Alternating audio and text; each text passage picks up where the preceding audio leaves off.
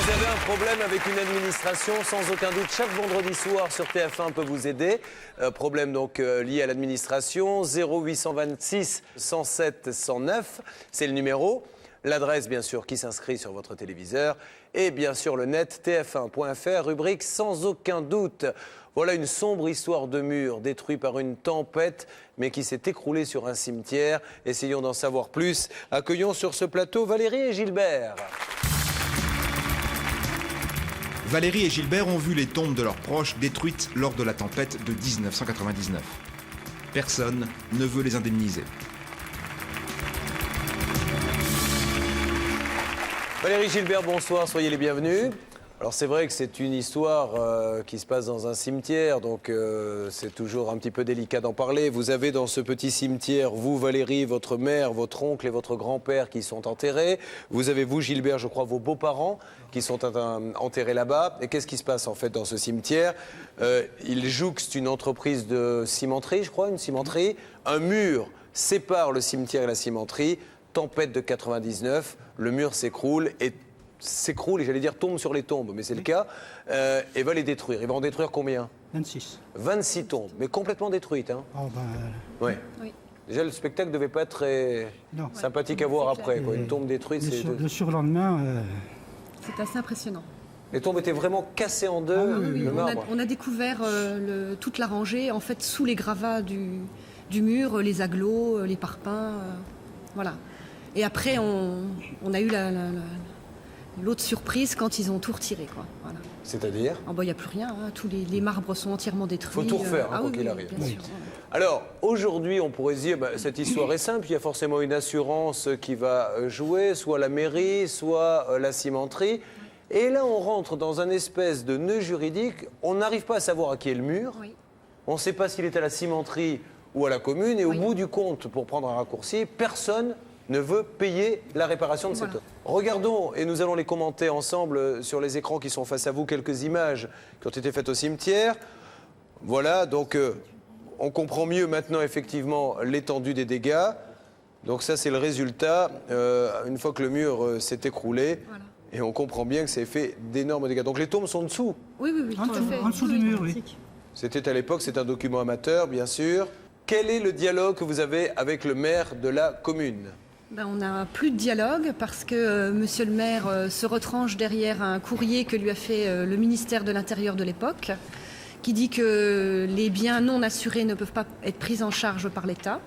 Donc, comme c'est pas monsieur le maire qui a poussé le mur, il ne veut pas nous indemniser et il dit qu'il sera hors la loi vis-à-vis de l'État si jamais il nous indemnise. Alors, on va se tourner vers Maître Michel qui connaît bien ce genre d'affaires. Déjà, premier point, vous êtes un grand spécialiste du cimetière, il faut quand même le dire. Absolument. J'ai enterré plusieurs femmes avec garçons. Vous m'avez expliqué tout à l'heure que de toute façon, il y avait une obligation pour une municipalité quand elle décide de faire un cimetière à un endroit, c'est de mettre un mur. Alors, la clôture du cimetière est une obligation, c'est pas obligatoirement un mur, ça peut être un grillage, mais les dépenses de construction et d'entretien du mur sont ce qu'on appelle des dépenses obligatoires pour les communes.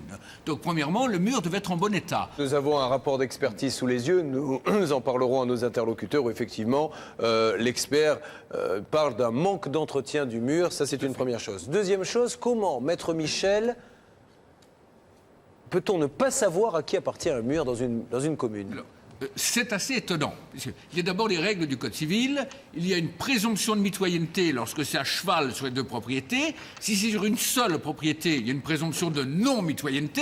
Donc il suffit normalement que le géomètre mesure pour savoir où est le mur, sur quelle propriété il est. Moi, je me tourne vers nos amis. Est-ce que vous avez eu un dialogue, c'est ma question, avec cette entreprise, en leur demandant est-ce que le mur est à vous ? Ils nous ont répondu par courrier en disant qu'ils allaient nous... Faire ce qu'il fallait. faire ce qu'il Notre journaliste nous expliquait en antenne qu'en fait, ils étaient d'accord dans un premier temps pour indemniser, mais quand ils se sont aperçus qu'il y avait 20 tombes, ils ont dit on n'indemnise plus. Voilà. Qu'attendez-vous aujourd'hui de cette émission, sans aucun doute ? Et on attend de retrouver nos tombes dans l'état où elles étaient avant la tempête de 99. On veut les tombes dans le même état. Demandons à la régie maintenant de faire le numéro de la municipalité, de la mairie pour commencer. C'est parti.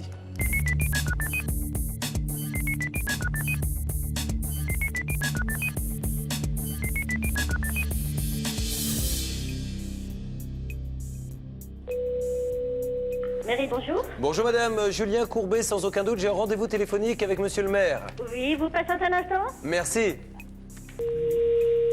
Allô. Allô, oui, bonjour madame. Bonjour, monsieur. Je suis Julien Courbet de Sans aucun doute, je crois avoir un rendez-vous téléphonique avec monsieur le maire. Oui, alors monsieur le maire étant absent pour le moment, je suis le premier adjoint. Ah, parfait. Alors, madame, dans le cadre de l'émission Sans aucun doute, nous essayons de comprendre un petit peu et surtout d'aider ces personnes qui ont eu des tombes ravagées par l'écroulement de ce mur. Et il y a 2-3 petits points sur lesquels on aurait aimé avoir, si possible, une explication. Déjà, savoir à qui appartient le mur. Est-ce que ça, vous le savez, vous?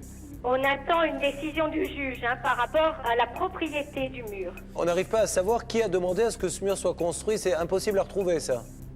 Ah ça oui, on ne peut pas le retrouver, ça.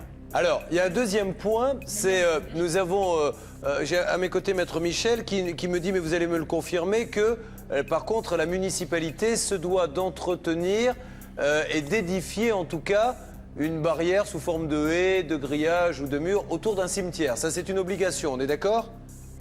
Oui, c'est une obligation. Voilà. Et il y a un rapport d'expertise qui dit que le manque d'entretien du mur fait qu'il a cédé à cause de pendant la tempête. S'il avait été bien entretenu, il n'aurait pas cédé. Le problème, c'est que si on nous dit qu'il y avait défaut du mur, etc., il y a des assurances. Bien sûr. Donc les assurances, normalement, devraient couvrir. Ben oui, c'est l'assurance de la commune. L'assurance de la commune. Alors, Bonjour, Maître madame. Novakovic, un mot. Ne pourriez-vous pas faire en sorte que l'assurance du maire fonctionne de manière à ce qu'une provision d'ores et déjà leur soit adressée, quitte après à trancher sur les responsabilités, mais d'ores et déjà une provision de manière à ce qu'ils puissent remettre en état ces tombes. N'imaginez pas que c'est une mauvaise foi de leur part s'ils sont là aujourd'hui, c'est parce qu'ils sont désespérés. Donc pourriez-vous faire en sorte que cette assurance adresse d'ores et déjà une provision ?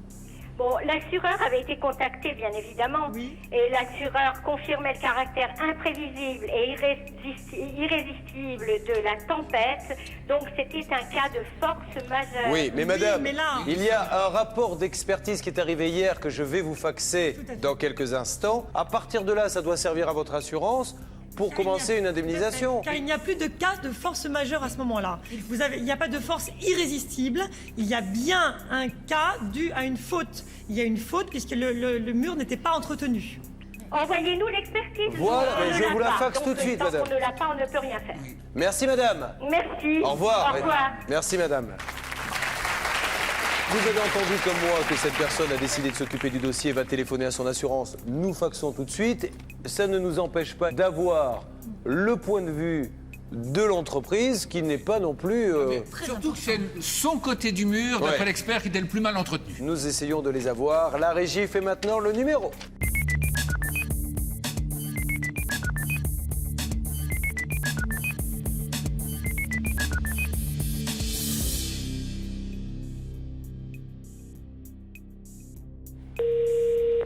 Oui, allô? Bonjour madame, je suis Julien Courbet de l'émission Sans aucun doute. Oui.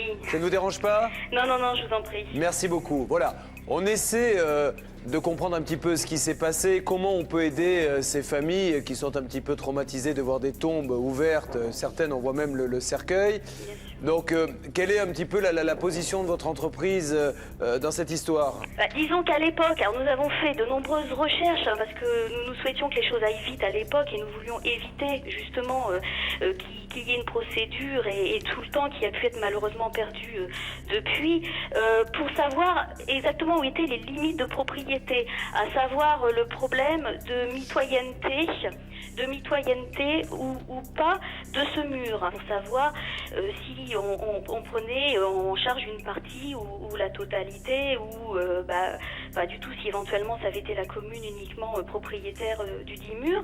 Et puis en même temps les concessionnaires de tombes, et je le comprends, diligenter une procédure devant les tribunaux qui ont donc décidé d'une expertise commune, et puis là vous savez que l'expert s'est déplacé septembre 2002, je crois, et puis vous le avez pré-rapport ne vient que de sortir. Oui, on l'a eu, hein, on l'a sous les yeux, donc Voilà. il signale que le mur était mal entretenu.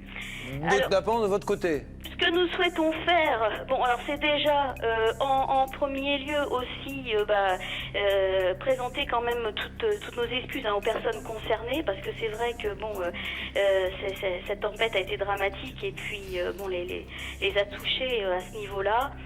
En accord avec ma direction générale, moi je m'engage que si dans les 3 mois, donc les 3 mois, on va dire la fin du 2e trimestre, fin juin, si rien n'est plus avancé au niveau de la décision de justice, nous réglerons le montant des travaux. Et après... Bravo madame, bravo, bravo.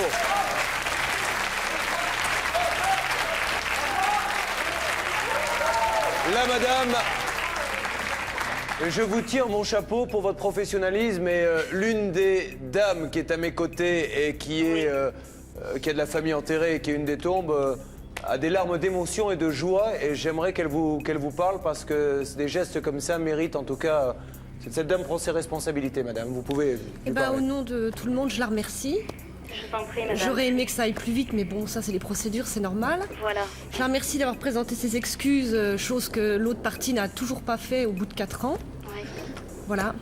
Donc merci beaucoup. Non, mais c'est vrai que bon, c'est quelque chose qui me touche, qui nous touche tous beaucoup.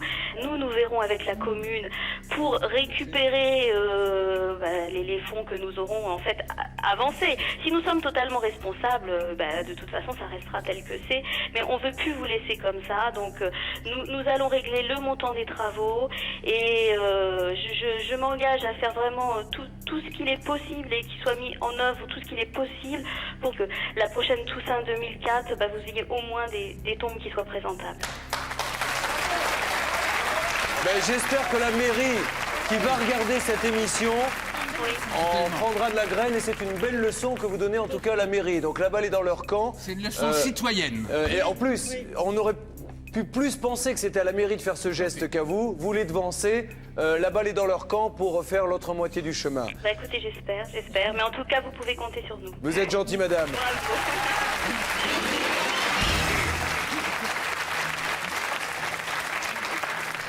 Merci madame, bonne soirée. À vous aussi. Mes amitiés, au revoir. Au revoir. Formidable, formidable cette dame, vous pouvez encore l'applaudir.